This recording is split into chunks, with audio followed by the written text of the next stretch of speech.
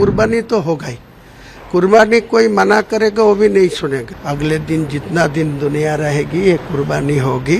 गाय की भी कुर्बानी होगी, बकरी भी कुर्बानी होगी, ऊँट भी होगी, दुम्बा भी होगी। सारे पशु जो है वो कुर्बानी का जायज है, वो कुर्बानी होगी, कोई रुक सकता नहीं। गायों के काटने वालों के सर कलम कर दिए थे।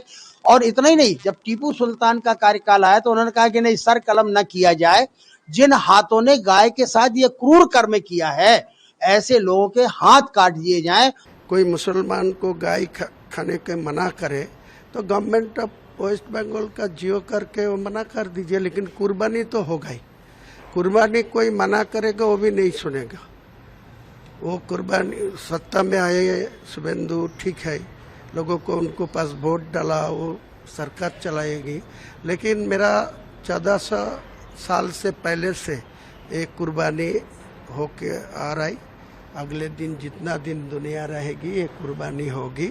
गाय की भी कुर्बानी होगी, बकरी भी कुर्बानी होगी, ऊँट भी होगी, दुम्बा भी होगी। सारे पशु जो है वो कुर्बानी का जायज है, वो कुर्बानी होगी, कोई रुक सकता नहीं। गाय जो शकल में है वो तो पशु की शक्ल में है, लेकिन गाय देवता है जिसके शरीर में 33 कोटि देवता विद्यमान रहते, उसको पशु कहना जो है उचित नहीं है।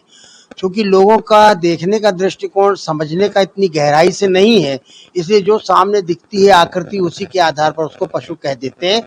जबकि गाय को पशु कहना गाय का अनादर है। गाय को राष्ट्रीय पशु नहीं, गाय को भारतवर्ष का राष्ट्रीय संरक्षणीय प्राणी कहना चाहिए। उसमें प्राण है और वो जीवंत इकाई है, इसलिए इस प्रकार की मांग करना ज्यादा अच्छा उचित होगा। और जिसके लिए हमारे वेदों में, शास्त्रों में, उपनिषदों में उद्घोष किया गया है, गावो विश्वस्य मातरा, वो विश्व की माता है। जिसे हमने माता कहा है, जिसे हमने देवता कहा है, उसे पशु कहना उचित नहीं है। ये बात बिल्कुल सत्य है। और इकबाल जी ने जो आह्वान किया है कि इस्लाम में गाय को काटना जो है वो हराम कहा गया है, इस्लाम के उसूलों के विरुद्ध है कि आप दुधारू प्राणी को, अबोल प्राणी को आप उसका वध करते हैं, और खास तौर से बकरीद पर। तो उन्होंने अपील जो की है, हम उनकी इस अपील से पूरी तरह से सहमत हैं, क्योंकि इस्लाम में मोहम्मद पैगंबर ने भी ये बात कही है, मोहम्मद साहब ने भी बात कही है कि गाय का कभी भी वध नहीं होना चाहिए, गाय की हत्या नहीं होनी चाहिए।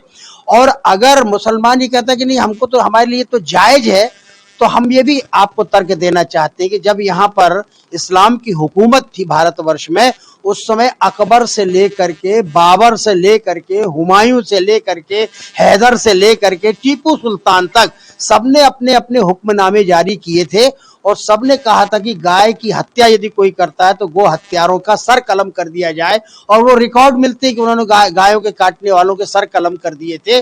और इतना ही नहीं, जब टीपू सुल्तान का कार्यकाल आया तो उन्होंने कहा कि नहीं, सर कलम न किया जाए।